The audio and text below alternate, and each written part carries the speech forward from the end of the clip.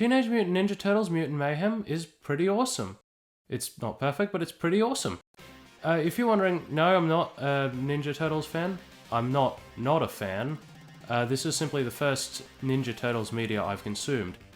I can give you my perspective as someone unfamiliar with the franchise and tell you that even if you are unfamiliar with the franchise, this movie is very enjoyable and worth a watch. It's got sweet action, beautiful animation, a soundtrack of bangers, a good story, decent humor, for the most part. Anyway, let's get into the movie. We start with some great opening logos, and of course we have a shot of a sewer manhole lid. I should talk about the animation style. It's doing the Spider-Verse thing. I love this animation technique, and I'm glad we're seeing more of it, as opposed to the clean, sanitized, generic illumination style. I don't think this should be the primary art style of animated film, otherwise it won't feel special anymore.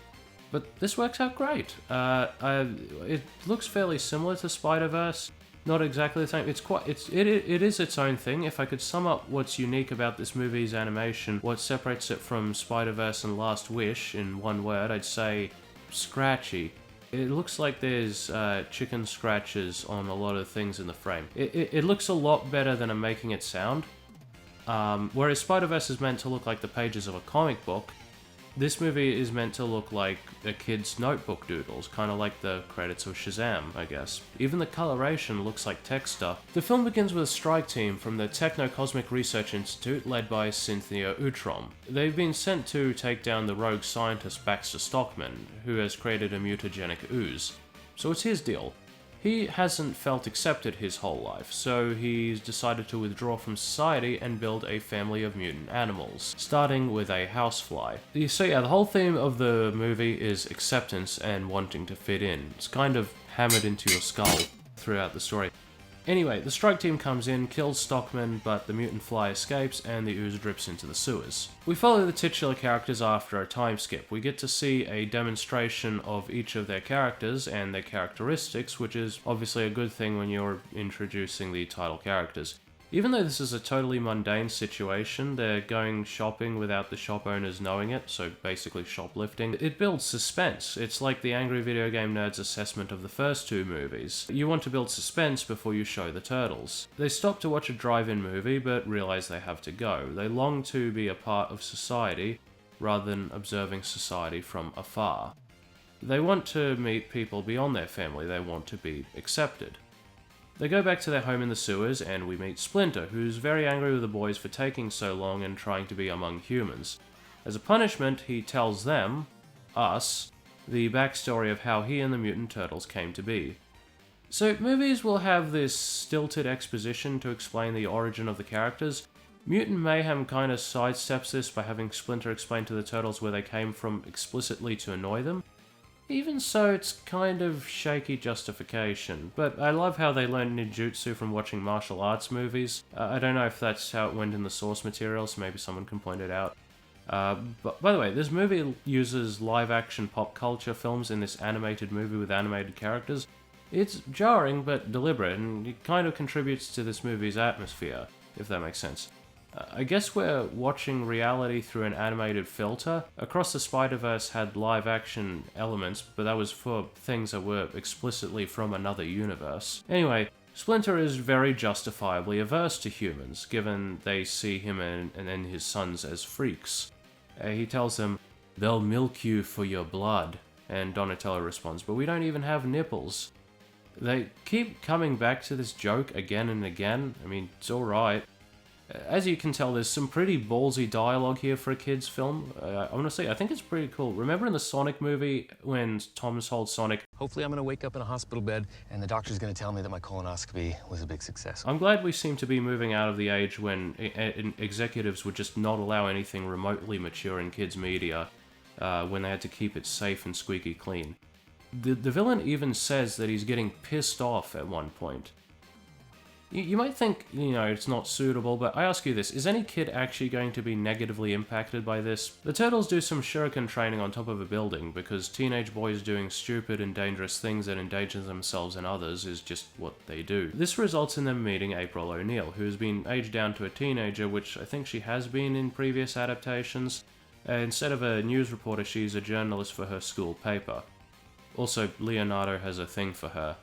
Is this a movie adaptation of TMNT or Sonic 06? Anyway, April's not too happy about a shuriken getting lodged in her bike helmet.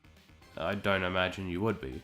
Her moped gets stolen, the turtles pursue the thieves, and we get the first real fight scene in the movie, which is pretty well done. After this, the turtles sit down and meet April. Like I said, I'm not that familiar with the source material, but from what I gather, April is pretty much an annoying damsel in distress that the turtles have to bail out, kind of like MJ from Spider-Man, at least in the movie trilogy. But this April O'Neil is different. She has interests and desires. She's actually an interesting character. It's like the difference between MJ in the Sam Raimi trilogy and MJ in the MCU. The Turtles tell her about their wish to be accepted, and she points out that if they save the city, the people might like the Turtles. So they decide to try and stop Superfly. By the way, the city is being terrorized by a dangerous criminal known as Superfly.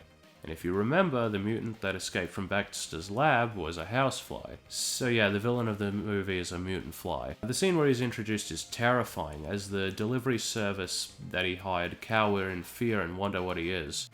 Superfly doesn't mess around. If humans ever see his face, he kills them. The Turtles accompany April to her school, and we find out what the other kids think of her. While Puke Girl is probably the lamest insult anyone could come up with, and I doubt it would catch on. We find that April volunteered to do morning announcements. Her fear of public speaking overwhelmed her, and she threw up. The camera cuts away before we see any— nope, she spews all over the place, like a garden hose. I mean, if you're gonna have gross fluids in your movie, I guess do it without shame. But this does add depth to her character and sets her up for a heroic moment at the end of the movie. They go and find some people who have been dealing with Superfly, and we get some more action. The soundtrack is great, by the way. It does the pop culture music in an action-adventure story, which every movie seems to be doing after Guardians of the Galaxy.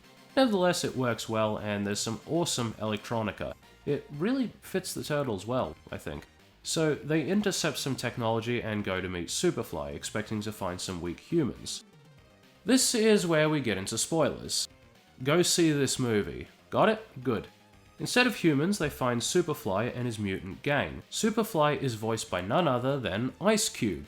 There's an issue in animated movies where musical talents are cast in movies when they don't actually have acting ability. Yes, the skills overlap somewhat, but very often they simply don't have the experience necessary to deliver a convincing performance. Ice Cube delivers a convincing performance, and Superfly is just a great villain. When he realizes his delivery guys are mutants, he becomes very friendly to the Turtles, believing they'll be on board with his plan.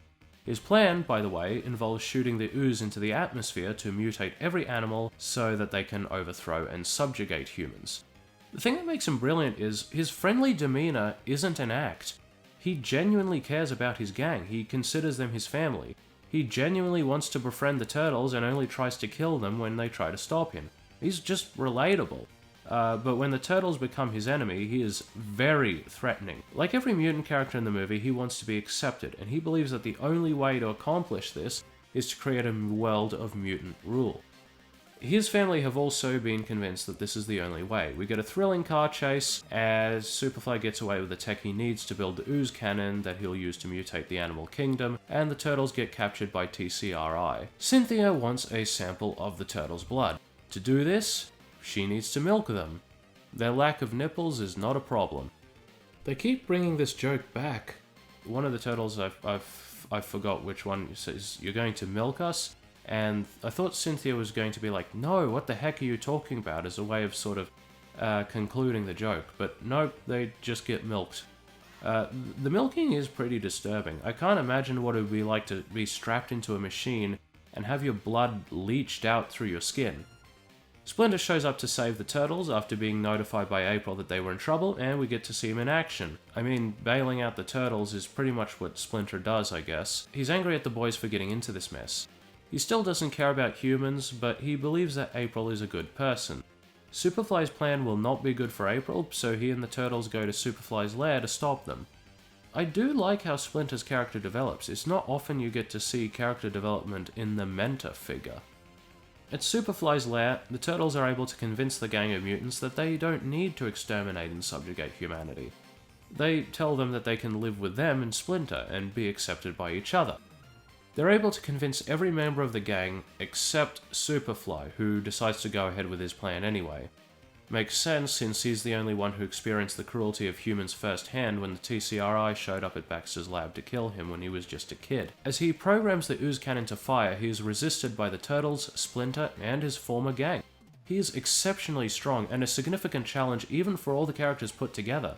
Splinter here might be a bit weaker here than in other universes. In the first movie, which I haven't watched by the way, I think he was able to single-handedly defeat Shredder. Anyway, another thing I love is that Superfly sounds truly hurt that his own family has turned against him. These are the only people he ever loved besides Baxter. He is completely alone. The mutants push Superfly, the cannon, and the ooze into the sea. This doesn't work out too great for the heroes, and the ooze mutates Superfly further and fuses him with a bunch of marine animals, making him into a massive kaiju that goes to wreak havoc on the city. This monster design is fantastic. He's whale-like, but also fly-like. I like how ecstatic he is to find that he's a giant monster. Probably how any normal person would react if they found they were a giant monster while also wanting to destroy humanity. The Turtles try to use a demutation gun on him, but it only reverses the transformation on one of the animals stuck to his leg. The situation seems hopeless, and on top of that, the Turtles find that they have completely failed to change the humans' opinion about them. They think the mutants are working together with Superfly. This is an excellent finale. Not only is it action-packed and blood-pumping, but the best emotional moments can be found here. The Turtles have given up on being accepted, and decide to save the humans because it's the right thing to do. They think of possible weaknesses Superfly could have, and Donatello realizes from watching Attack on Titan that the massive Titan's weakness is on the back of his neck. I kinda like the whole nerdy character saves the day with pop culture thinking. You know, like when Spider-Man figures out how to bring down Giant Man from watching the Star Wars Rebels take down the AT&Ts. And I gotta appreciate that it's an anime reference instead of something more mainstream. All too often these movies only want to make safe pop culture references. Are you not entertained? You can't handle the truth! You had me at hello! The Turtles know they need to get the canister of anti-ooze from the demutation gun into the blowhole in the back of Superfly, but they have some trouble doing so. April sees the news vilifying the mutants and runs into the building to correct the story. She does a hostile takeover of the set, but now must face her fears of public speaking.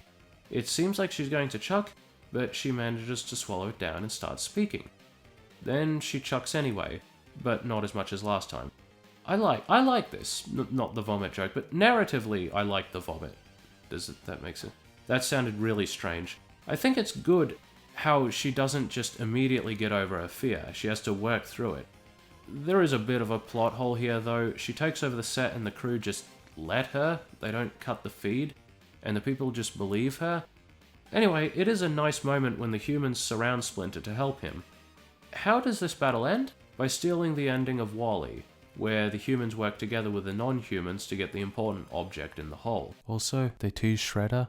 It's kind of like the Joker tease at the end of the Batman. Like, yeah, it's the main villain of the franchise, and we've seen this villain multiple times in cinematic adaptations, but at the same time, when there's a new cinematic universe for Batman, or for the Turtles in this case, you kind of expect him to be there. You can't really have a Teenage Mutant Ninja Turtles series without Shredder in it. So, and like I said, not familiar with the source material, but even I'm excited to see Shredder, what they do with him. So that's Teenage Mutant Ninja Turtles Mutant Mayhem. Really good. The Turtles are awesome heroes and relatable characters. You gotta appreciate how they're written. They really do seem like kids. It helps that they're voiced by actual teens for literally the first time in a TMNT product, as far as I'm aware. Again, April is a good character, good representation, and it is nice to see strong female characters with her body type, you know? It's not something we would have seen like 10 years ago. And as I've also covered, Superfly, terrific villain. Ice Cube does a good job. All the voice actors really do a good job. These are proven voice actors, and they do a terrific job. So that's the movie. See it? And thank you all for watching. If you liked the video, leave a like, I guess. Maybe leave a comment. That would be awesome. Thank you so much, everyone. Well, see you.